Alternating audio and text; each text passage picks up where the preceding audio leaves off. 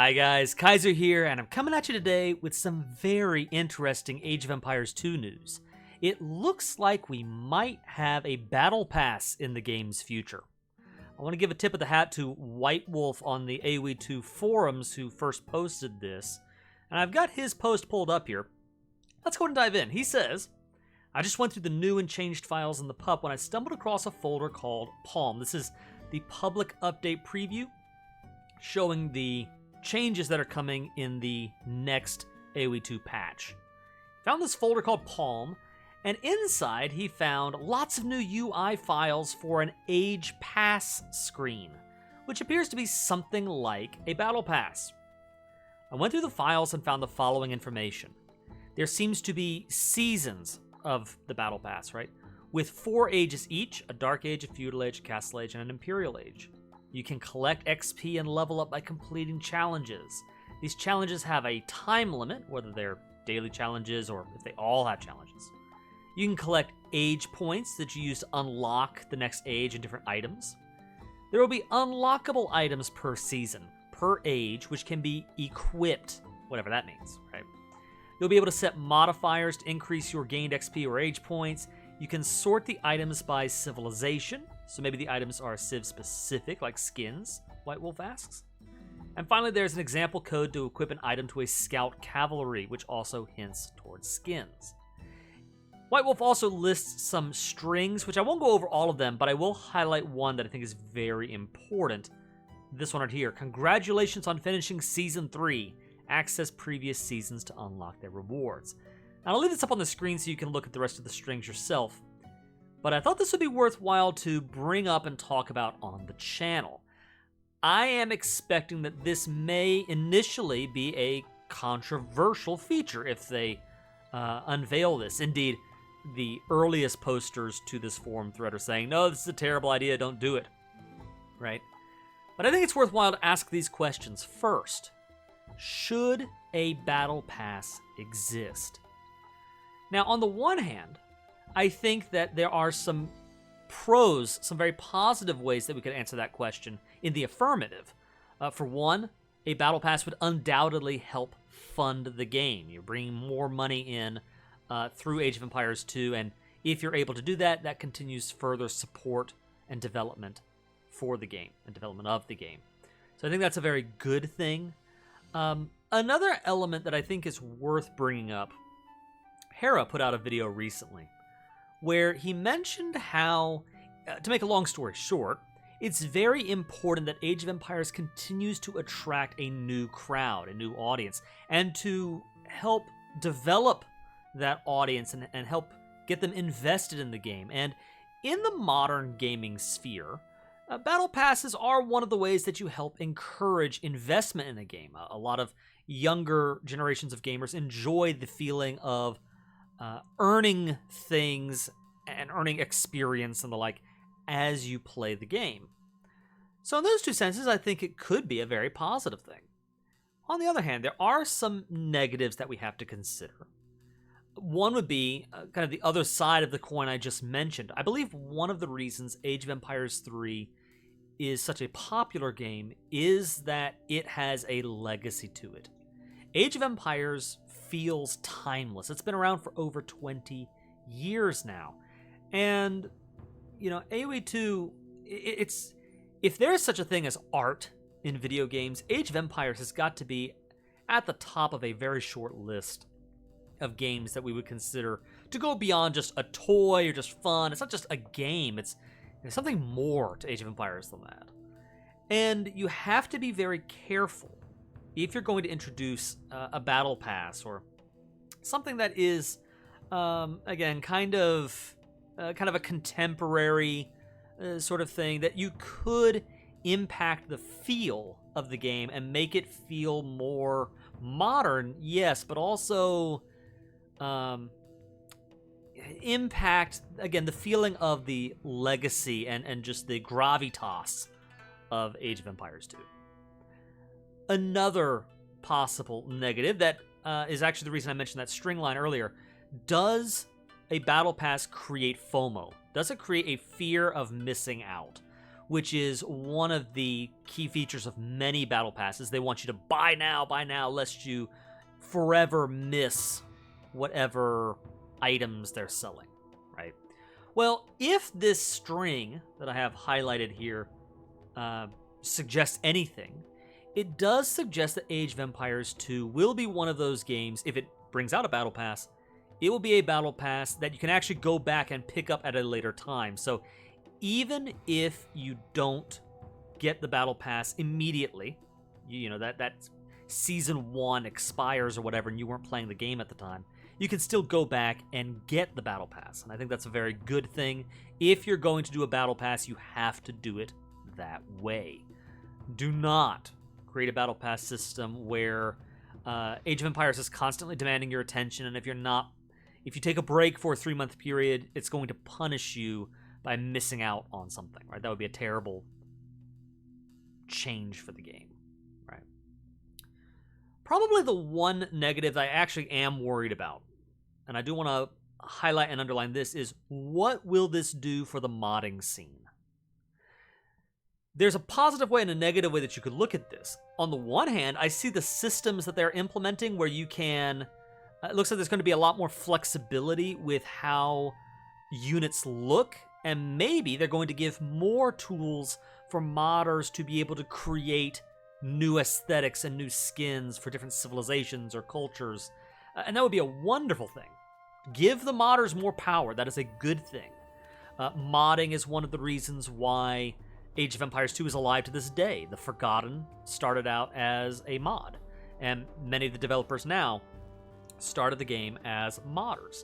So give the modders power, respect them, and I don't see the modders as competitors to your battle pass.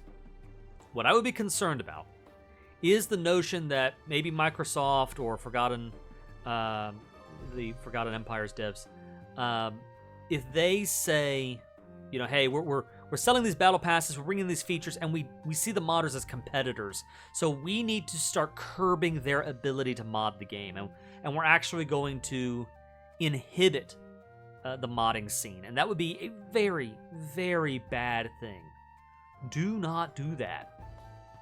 So I think as long as you respect those 3 cons, don't do FOMO, recognize the legacy of the game, treat the customer base with respect, be so careful and delicate on that point, and value and prioritize the modding scene. Trust me, working with the modding scene will make more money for you, not less, right? As long as you do those things, I think a battle pass could be a good thing. I think bringing in more funds, bringing in more excitement and engagement in Age of Empires 2, I honestly think it's a positive thing. I'm excited about it because it makes me think that, you know, they're not abandoning the game, they're actually going further into developing it. So that's very exciting. Now, here's one other question. Is the Battle Pass going to be worth it? Well, of course, it depends on how much they're asking for. But put another way, what do you exactly put into a Battle Pass? And I'm not entirely sure. You've got things like profile icons, and I'm sure they'll show up in the Battle Pass, but at least speaking personally, profile icons are not the biggest mover and shaker when it comes to Battle Pass kind of stuff. It's not really that big a deal. You could see, I think one of the biggest things that the fan base has been clamoring for a long time are skins for units. One thing that a lot of players don't enjoy is that if you're playing as the Mayans or you're playing as the Chinese and you research longswordsmen, they're going to have the exact same look as if you were playing the Franks and you research longswordsmen. They all look the same. And that's something that people don't enjoy. They love their immersion, and they love the ability to be able to make those longswordsmen or those knights look more Asian or more Mesoamerican or what have you. And my hope is that the Battle Pass is a way for Microsoft to start chipping away at that very big task. I mean, that's a lot of artwork. But chipping away at it in a way that will, both makes financial sense and also starts chipping away by creating unique skins for cultures, whether it's the Asian culture or for particular civilizations. So maybe I want a Teutonic Cavalier instead of just a European Cavalier, right? Or a Briton Archer skin rather than just a European Archer skin or what have you, right? There's a lot of potential there. I think people would love that, and I would be shocked if we don't see unit skins, civilization skins, culture skins as a part of the Battle Pass. We might see, and a tip of the hat to Robbie Lava on this one, he first suggested this to me, what about the idea of campaigns? Or, you know, maybe even something like maps. But what about campaigns or scenarios showing up as a part of the Battle Pass? There are quite a few players who love the single-player scene. And of course, on a channel like mine, I tend to focus a lot on multiplayer, the ranked ladder. Readability will be important. I think it's important to have a toggle on or off for skins and that kind of thing. But many, many, many people, probably more people in single player than multiplayer, just enjoy playing the single player. They just enjoy the campaigns and the scenarios. And wrapping those into the Battle Pass would be a very nice way of putting more campaigns out and earning more money without necessarily needing to wrap it up into a really big, DLC package. Obviously, like I said, profile icons I think would be a thing, and other little doodads like that. Could we see civilizations as a part of a Battle Pass? Maybe. If Battle Passes are the kind of thing that you can lose out on, hey, sorry, you weren't playing Age of Empires in January, so you forever miss out on the Armenians, right? That kind of thing would be devastating. It would be terrible for the game. But if Battle Passes come out and they, you can buy them whenever, then I actually think that that would be not only feasible, but it wouldn't be a bad idea. I think that, right now we only get civilizations as part of a big DLC package. The most recent expansion, the Return of Rome, created an entire new game mode, and Rome had to come as a part of that whole package. But with a Battle Pass, you could then make the ultimate reward a civilization, and you're essentially buying that civ for only X number of dollars. I don't know, $5 or something like that. And you get that civilization, right? That would be a really good way of introducing civilizations without necessarily requiring it to be, again, a DLC purchase. Now, it might be worthwhile to keep the Battle Pass related to aesthetics, but I could see those as being possible options. And maybe there are even more things that I have not considered. I think that pretty much wraps it up. Just again, let me just summarize it this way. 1. Respect the legacy of Age of Empires 2.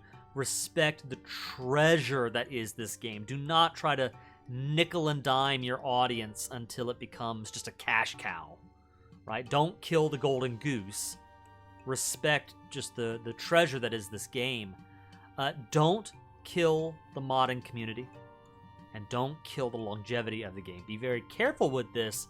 But if you are careful, I think the Battle Pass could be a really good thing. At least, that's my opinion. But what do you guys think? Leave a comment below sharing with me your thoughts about Battle Pass. Is it a good idea or a bad idea? And what kind of things would you want to see in a Battle Pass? Maybe something I didn't mention? Would you like civs and Battle Passes, or maybe not? Let me know in the comments below. If you would, like the video and subscribe to the channel. I really appreciate it, guys. For now, this is the Iron Kaiser, signing off.